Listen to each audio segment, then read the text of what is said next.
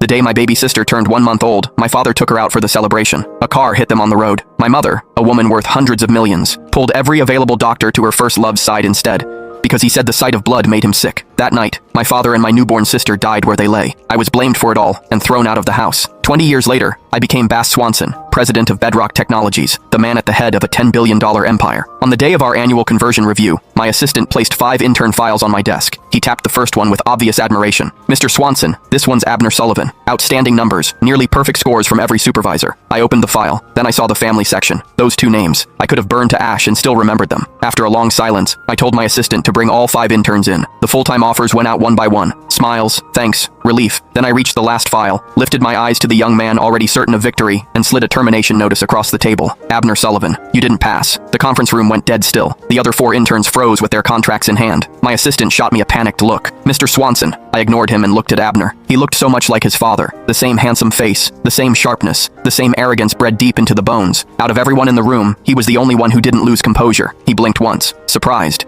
then calmly opened the folder he'd brought and laid out his documents. "Mr. Swanson, I interned here for 3 months. I handled 4 projects and led 2 independently. My client renewal rate was 100%. His voice was steady, neither humble nor rude. I received top evaluations for 2 straight quarters. My numbers are the highest in my cohort." He paused and met my gaze. "That makes me first among everyone who started with me. If you're cutting me, you owe me a reason." His chin lifted a fraction. No panic, no hurt, only offended pride. The kind that came from growing up protected, cherished, certain the world would always make room for you. I leaned back and let the silence drag before I answered. "There's no reason." Abner's face tightened. "This is my company," I said. "If I want to let you go, I will." A crack finally showed. He recovered fast and gave a cold laugh. "Mr. Swanson, this is workplace bullying." He shut the folder. "If this gets out, it may affect your company's reputation." I smiled faintly. "I'm not bullying you. If this feels like bullying, maybe that says more about you. People who are actually clean don't immediately assume they're being targeted. Only guilty people do." That landed. For the first time, real anger flashed in his eyes. My assistant leaned close and whispered urgently, "Mr. Swanson, please reconsider." He really did perform exceptionally, and the board checked his background. His mother runs Sullivan Group. She's K. Sullivan. I cut him off, then looked back at Abner. "That's your mother, isn't it?" He straightened at once, pride returning. "So you've heard of my mother." There was no hiding the confidence in his voice now. "Then you understand. Keep me on, and someday there may be a partnership between Bedrock and Sullivan Group." He said it like he was offering me a gift. 20 years on, the Sullivan Group was nowhere near its former glory, but it was still far above most companies in this city. "No need," I said. His expression froze. "I don't want anything from the Sullivans." I held out the letter. "Now you can go." That finally broke him. His face flushed red with fury. "Fine." He snatched the paper off the table. "Mr. Swanson, I'll remember today. I hope you won't regret it." After he left, I dismissed the other interns too. My assistant was still trying to process what he'd seen. "Mr. Swanson, why would you do that? Sullivan Group is declining." "Yes, but it's still a giant. Firing the Sullivan heir in public isn't wise." "Finished?" My tone shut him up. "Make copies of every project file Abner Sullivan touched during his internship. Bring them to my office." That afternoon, my assistant had just set the files down when the office door was shoved open. A man strode in with contempt written across his face. Bespoke suit, luxury watch, the casual swagger of someone used to being indulged. Bill James. 20 years had been good to him. "You're the one running this company?" He sat across from me and tossed his Maybach key onto my desk. "Who gave you permission to fire my son?" I didn't answer right away. I poured myself tea first. "Mr. James," I said at last, still as loud as ever. "Looks like life's treated you well." That made him pause. He stared at me for several seconds, searching my face, unable to place me. He didn't remember me at all. 20 years ago, I'd been a skinny 6-year-old boy, cast out of that house because of one sentence from him. Now I was the head of a billion-dollar company. Of course he wouldn't recognize me. He assumed I knew him only because he'd married into the Sullivan family. "Since you know who I am, let's skip the nonsense," he said lazily. "Abner is my son. Having him work here is already an honor to your company, but a man like him shouldn't start as an ordinary employee. Put him directly into management." I smiled. "Is he worthy of that?" His face changed. "What did you say?" I set down my cup. "I said he isn't worthy." He shot to his feet, furious. "Listen carefully, Swanson. My son working here is doing you a favor.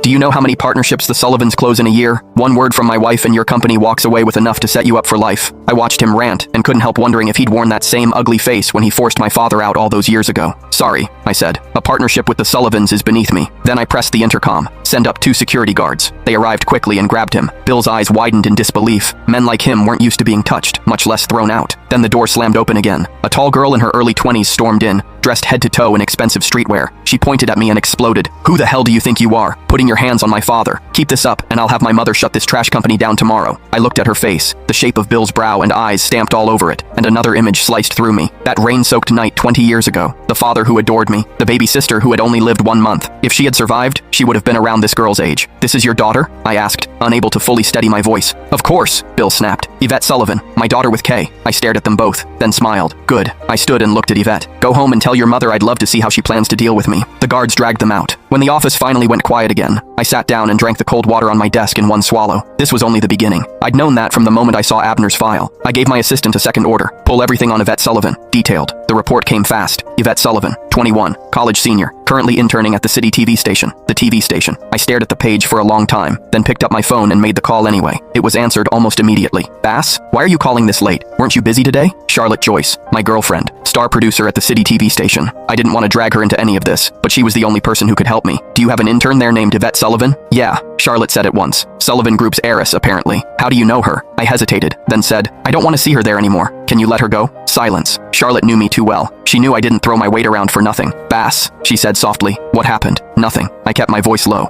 I just don't like the Sullivan family. She didn't push. Okay, I'll handle it. Some of the pressure in my chest loosened. I'll pick you up tonight after work, I said. After work, I drove to the station. I had barely stepped out of the car when I saw Yvette at the entrance, being held back by 2 security guards and still screaming. On what grounds are you firing me? Because I cursed a few people out at work? Let me tell you, my mother is Kay Sullivan. You cross me. You cross the entire Sullivan Group. A staff member beside her was trying to calm her down. Ms. Sullivan, please. You hit a colleague first. We're just following procedure. Procedure? I am the procedure. If that little bitch isn't fired today and on her knees apologizing to me, this isn't over. At that moment, Charlotte came out of the building. She saw me, walked straight over, and slipped her arm through mine. Been waiting long? Not at all. Yvette saw the gesture. One look at us told her exactly who was behind this. You! She shrieked. It was you, Swanson! Getting my brother fired wasn't enough, so now you're coming after me too. She broke free and lunged toward me with her hand raised. Charlotte's expression turned cold. She stepped in front of me and said to the guards, "Get her out of here." They seized Yvette again and dragged her off while she screamed over her shoulder, "Swanson, you think you can touch the Sullivan family? My mother won't let this go." Her voice faded into the distance. Charlotte turned to me, worry written all over her face. Kay Sullivan's been one of the most respected names in this city for years.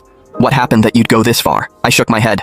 I still couldn't tell her. That night, an unfamiliar number called me. I knew the voice the moment I answered. Kay Sullivan. 20 years. Hearing her again tightened something inside me, sharp and involuntary, like an old wound splitting open. "So you're the Swanson who runs Bedrock Technologies?" she asked. There was still condescension in her tone, like she was already judging whether I was worth speaking to. "That's me. Who gave you the nerve to go after my children?" I laughed once. Cold. "Miss Sullivan, I think you've got it backwards. Sullivan Group has already been pushed out by the market. Bedrock is in another league. Why would I waste my time targeting a failure? You..." A cold laugh came through the line. "Fine. Very good. Young and reckless.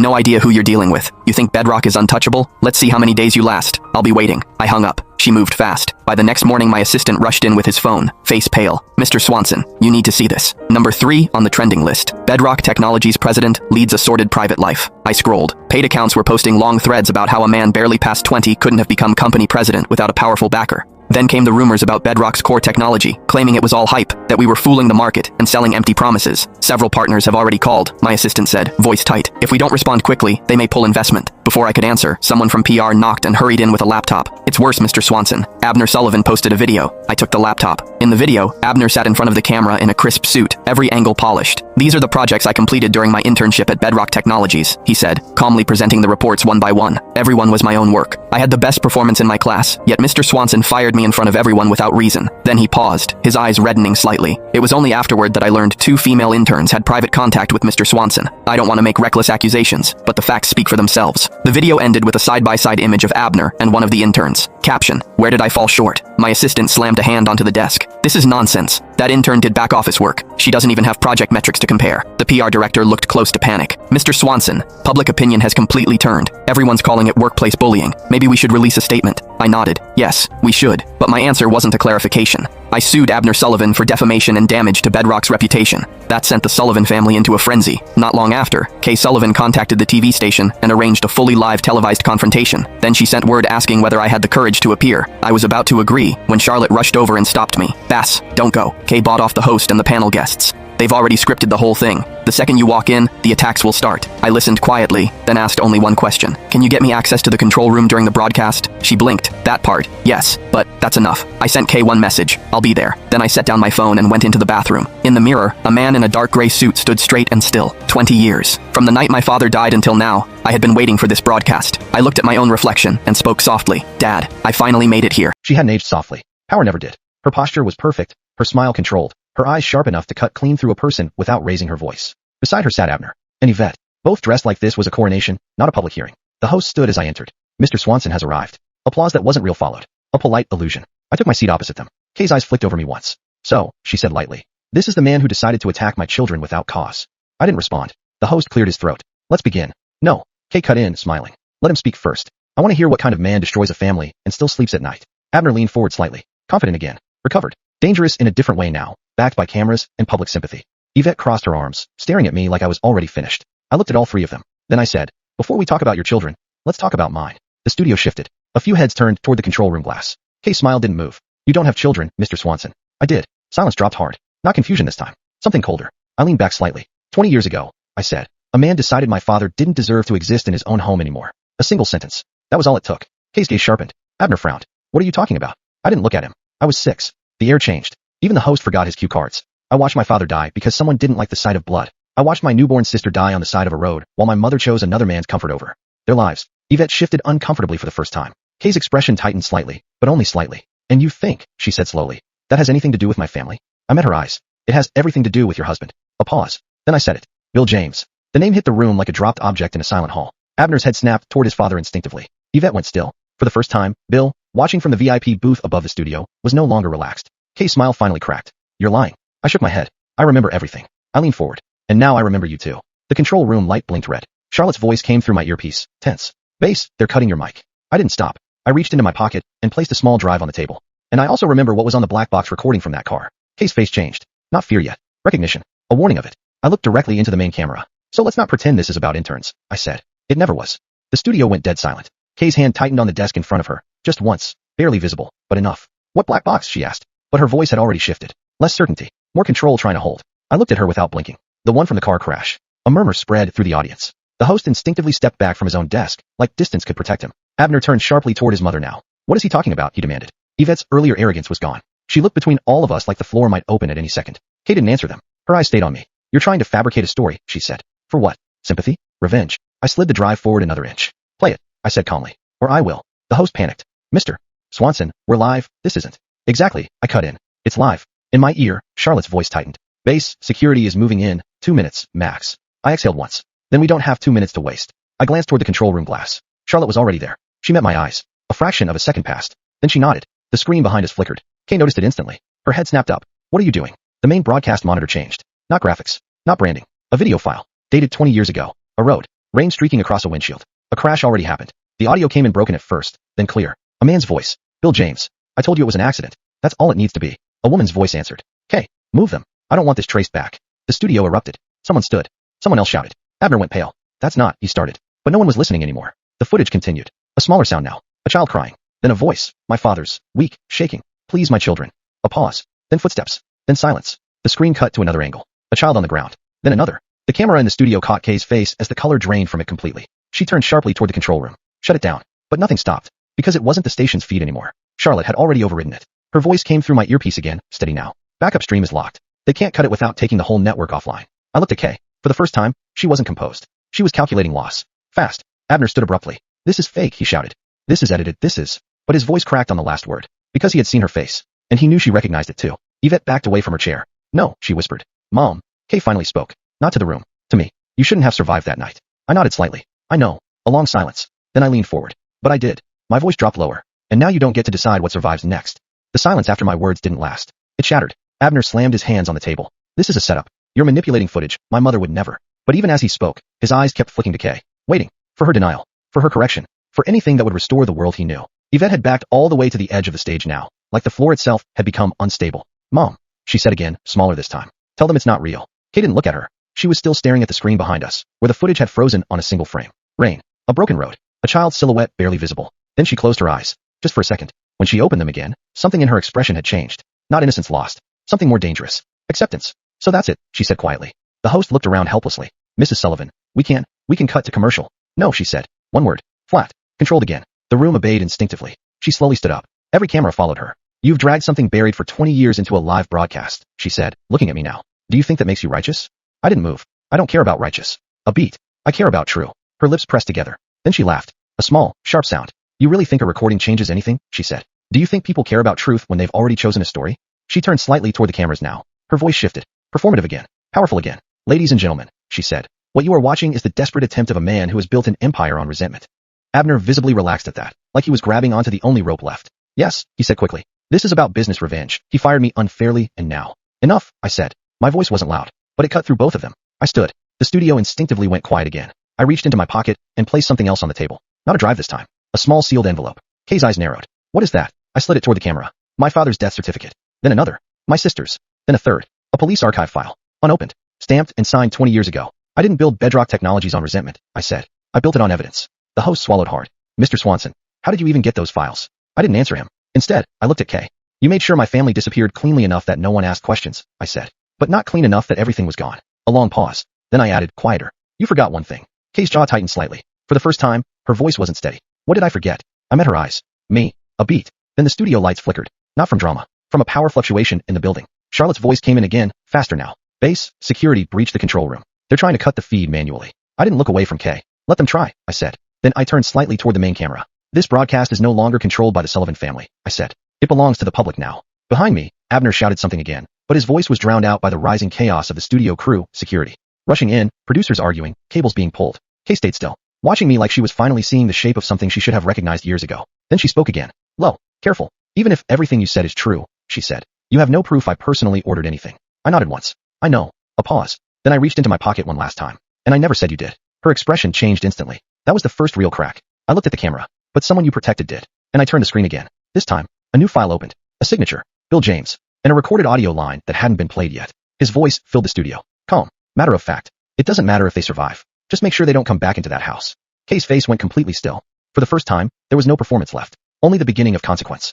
The audio kept playing. Bill James' voice filled the studio like something that had been locked away too long. Make sure they don't come back into that house. Then a click. Static. The recording ended. For a full second, no one moved. Not the host. Not the crew. Not even security halfway through the doors. Kay finally exhaled. Slow. Measured. Like she was putting something down she had carried for decades. You planned this, she said. It wasn't a question anymore. I didn't deny it. I waited. I corrected. That word landed heavier than anything else so far. Abner looked between us, his face losing all structure. This is insane, he said again, but weaker now. This is just old recordings. This doesn't prove. Stop, Kay said sharply. He froze. Not because of authority. Because she had never spoken to him like that before. She stepped away from the desk slowly, eyes still on me. You think this changes the present, she said. But you're still standing in my world. I gave a small, humorless smile. No, I said. You're standing in mine now. A sudden alarm tone echoed through the studio speakers. Security finally reached the control room. Charlotte's voice cut in, strained. Base, they've got manual override. Feed will cut in seconds. I glanced at the camera operators. Then at the live feed timer in the corner of the screen. Still running. Still public. Good. I turned back to Kay. You spent 20 years building control, I said. Companies. Influence. Narratives. I took one step closer. But control only works when nobody remembers where it started. Her eyes sharpened. And you think I don't remember? She said quietly. A pause. Then, softer. I remember exactly what I did to survive. That sentence hung there differently. Not defensive. Not emotional. Just true from her perspective. For a moment, something like silence returned inside me. Not emptiness, but distance. Then I nodded. I believe you. That made her pause. Even Abner stopped breathing for a second. I continued. But survival and innocence aren't the same thing. The studio lights flickered again. This time harder. Half the cameras shifted as power dipped. Security burst into the studio. Cut the feed, someone shouted. Charlotte's voice snapped in my ear. They're inside the control room. Base, I can hold them for maybe 30 seconds. I looked at her through the glass. She was already moving between them and the console. No hesitation. Just timing. I exhaled once. Then I reached into my jacket and placed a final item on the desk. A phone. Screen already recording. Live upload. Kay saw it immediately. Her voice lowered. What is that? I didn't answer her. Instead, I looked at Abner. Then Yvette. Then back at Kay. Your children wanted this to stay private, I said. But the truth doesn't belong to families. A beat. It belongs to whoever survives it. The feed flickered. One of the main cameras cut. Then another. The broadcast was dying in real time. But the phone on the table stayed steady. Streaming. Unbroken. Kay took a slow step forward. Not toward the cameras now. Toward me. For the first time, there was something almost personal in her voice. What do you want? She asked. Not power. Not denial. Just the endgame. I met her eyes. And for the first time in 20 years, I answered without restraint. Everything you built on what you did to my family, I said. Dismantled. A pause. Then quieter. And I want you to watch it happen. The final camera feed went black. But the live stream continued from my phone. And the world was already watching. The moment the main broadcast died, the silence in the studio turned heavier than the noise had been. Because silence meant control had been lost. And loss, in Kay Sullivan's world, was not a condition she tolerated. She turned slightly, not looking at me anymore, but at her children. Abner stood frozen, his pride completely gone now, replaced by something shakier. Confusion trying to become denial. Yvette was shaking. Not loudly. Not dramatically. Just enough to show she no longer believed she was untouchable. Kay spoke softly. Both of you leave. Abner blinked. What? Leave? She repeated, sharper this time. Now. For the first time, he didn't argue. He just stepped back, stunned, like the floor beneath him had tilted and he was trying not to fall. Yvette hesitated. Mom. I didn't know. Kay didn't look at her. Go. Security moved in, not to restrain me anymore, but to escort them out. Confused orders, overlapping voices, panic disguised as procedure. They were gone within seconds. Not because they were innocent, because they were no longer useful in the room where consequences were being calculated. Now it was only Kay and me. She exhaled slowly, then finally looked at the desk again. The files, the recordings, the evidence spread out like a quiet accusation that didn't need to speak anymore. You think exposing me fixes what happened to you, she said. I shook my head once. No. That made her pause. I stepped closer. I stopped believing in fixing a long time ago. A beat. I just believe in endings. For the first time, her composure slipped, not into fear, but irritation. You're not judge or executioner, she said. You're a man with access to information and a personal grudge dressed up as justice. I nodded slightly. Maybe. Then I looked at her directly. But you're still standing on a foundation built on a child dying in the rain. That line finally landed differently. Not as rhetoric, as weight. Outside the glass, the news cycle was already reacting in real time. Phones lighting up. Producers whispering. Someone crying in the corner of the studio like they had just realized they were standing inside history and not entertainment. Kay noticed none of it anymore. Her world had narrowed. Just like mine had, 20 years ago. She spoke again, quieter. If I fall, she said, you think you walk away clean from this? I didn't hesitate. I never walked in clean. A long pause. Then she did something unexpected. She laughed. Not loud. Not mocking. Tired. You're wrong, she said. You think this is ruin. Her eyes lifted slightly. To you, maybe it is justice. A beat. But to the world outside this glass. She glanced toward the dark monitors. This is a war. Then she reached into her pocket. Security tensed instantly. But she didn't pull out a weapon. She pulled out a phone and pressed one button. I felt Charlotte's voice crack through my earpiece immediately. Base, something's happening on their side. Mass uploads, media networks. My assistant burst into the edge of the studio, pale. Mr. Swanson, Sullivan Group just released a counter package. The screens around the studio flickered back to life. Not our stream. Theirs. Edited clips. Statements. Pre-written headlines. All of it flooding at once like a coordinated detonation. Kay didn't even look at them. She looked at me. You wanted exposure, she said calmly. I just gave you global exposure. A beat. And now your version competes with mine. For the first time, she stepped back into power. Not personal power, but structural power. The kind that didn't need truth to survive. Only volume. I watched the screens. Watched my face reframed in real time. Watched the narrative split into two versions of reality. And I finally understood something I had always known, but never fully seen. Ruin wasn't the end. It was a battlefield. And Kay Sullivan wasn't trying to survive anymore. She was trying to make sure I didn't win. The next hour didn't look like a fallout. It looked like collapse happening in layers. First came the networks. Then the sponsors. Then the partners who always said they needed more information before taking sides. And finally, quietly, brutally, the people inside her own system started stepping away. One resignation email. Then another. Then a legal notice she hadn't expected from a board member she personally appointed. Kay stayed in the studio long after the cameras stopped being useful. Not because she was holding on. Because she was watching it happen in real time. On every screen. On every feed. On every device her team tried to control and couldn't. Abner came back once. He didn't enter the studio fully. Just stood in the doorway like he wasn't sure he was allowed to exist in the same space anymore. Mom, he said quietly. Kay didn't turn. Leave, she said again. But this time there was nothing commanding in it. Only exhaustion. Yvette wasn't with him. She had already disappeared into the outside world that no longer bowed to her name. Abner hesitated. I didn't know, he said. About any of it. I swear I didn't. Kay finally looked at him. And what he saw in her face made him stop talking immediately. Not anger. Not disappointment. Calculation that no longer included him in the future. You were supposed to be the next structure, she said softly. A pause. And now you're just noise. That broke him more than shouting ever could. He left without another word. The doors didn't slam. They just closed. Like even the building had stopped having energy for impact. Outside, Sullivan Group's headquarters began to fracture in the only language corporations understand. Stock suspension. Emergency trading halt. Regulatory inquiries opening faster than internal teams could respond. And then came the worst part. The allies stopped answering. Not all at once. One by one. Each silence more expensive than the last. By the time night fell, Kay was no longer receiving calls. She was receiving confirmations of absence. I stood near the back of the studio, watching her finally sit down in the same chair she had owned earlier that day like it was a throne. Now it looked too big for her. Charlotte came beside me quietly. You did it, she said. I didn't answer immediately, because I was watching Kay's phone light up again. Not with support. With subpoenas. With investigations. With names she had likely never imagined would turn against her. Her hand didn't shake, but it stopped moving. For the first time, she wasn't directing anything. She was reacting. And failing to keep up. She looked up at me once across the studio. No performance left. No threat left. Only clarity. You won, she said simply. I didn't respond with satisfaction. Or relief. Just truth. I ended it. A pause. Then I added. You started it. Her expression tightened slightly at that. Not denial, just acceptance of cost. Security didn't remove her. They didn't need to. She stood on her own. Walked past the cameras. Past the ruined set. Past the echo of everything she had controlled for decades now slipping into other people's hands. And at the door, she stopped. Not to speak to me. Not to threaten me. But to say something almost unrecognizable from her earlier voice. Be careful, she said quietly. I looked at her. She didn't explain. She didn't need to. Because even now, even in failure, she understood something I did too. Ruins don't stay empty. They get filled. And then she left. Not dragged. Not forced. Just finished. The studio lights dimmed automatically after she was gone. Charlotte exhaled beside me. Is it over? She asked. I looked at the empty chair Kay had left behind. At the screens still replaying fragments of truth and counter-truth. At the city outside the glass that would decide what version it believed tomorrow. No, I said quietly. This is where it spreads. And for the first time since it began, I understood the next problem wasn't destruction. It was what came after people learned the truth had a cost. 3 days later, the world stopped calling it a scandal. It started calling it a case. Then an investigation. Then, finally, a reckoning. Sullivan Group didn't collapse in a single moment. It unraveled, slow, procedural, unstoppable. Assets frozen. Boards dissolved. Senior executives resigning before they could be named in anything. By the end of the week, there was nothing left of the company that could still pretend it was whole. Kay didn't run. She didn't fight anymore either. She simply stopped participating in the version of the world she used to control. When authorities arrived at her estate, she was sitting in the same chair she always used for meetings. Papers untouched, phone on the table, lights on in every room, as if the house itself refused to accept vacancy. She looked up when they entered. I expected this sooner, she said calmly. No fear, no resistance.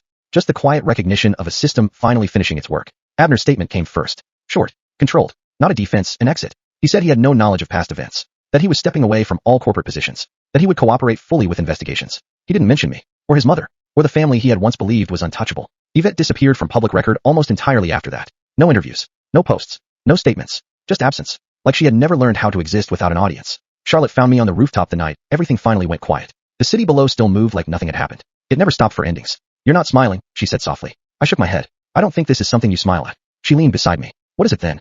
I thought about that for a long moment, then answered honestly. Closure isn't loud. A pause. It's just less weight. She studied me. And is it? I looked out over the city. For the first time in 20 years, I wasn't carrying a question I couldn't answer. Yes, I said. A long silence followed. Not empty. Just finished. A week later, the final hearing began. Names were read. Records opened. Truths confirmed. And when my turn came to testify, I didn't add anything new. I didn't need to. The evidence already spoke louder than anyone left in the room. When it ended, the judge closed the file and said only one thing. This matter is concluded. That evening, I returned to a place I hadn't been in decades. A small roadside memorial, half forgotten by the city. There were no grand markings. No statues. Just names carved into stone that weather had softened but not erased. I stood there a long time. Wind moving through the trees. Traffic far away. Life continuing without permission. I made it, I said quietly. No one answered. But I didn't expect them to. I placed a single white flower at the base of the stone. Then I stepped back. Not away from the past. Just no longer inside it. Back in the city, Bedrock Technologies released its first public statement without me. A new board. A new direction. A company trying, carefully, to exist without the story that built it. Charlotte texted me later that night. What now? I looked at the message for a while. Then typed back. Now I live in a world I don't have to burn to remember. I set the phone down. And for the first time in my life, there was nothing left to avenge. Only tomorrow.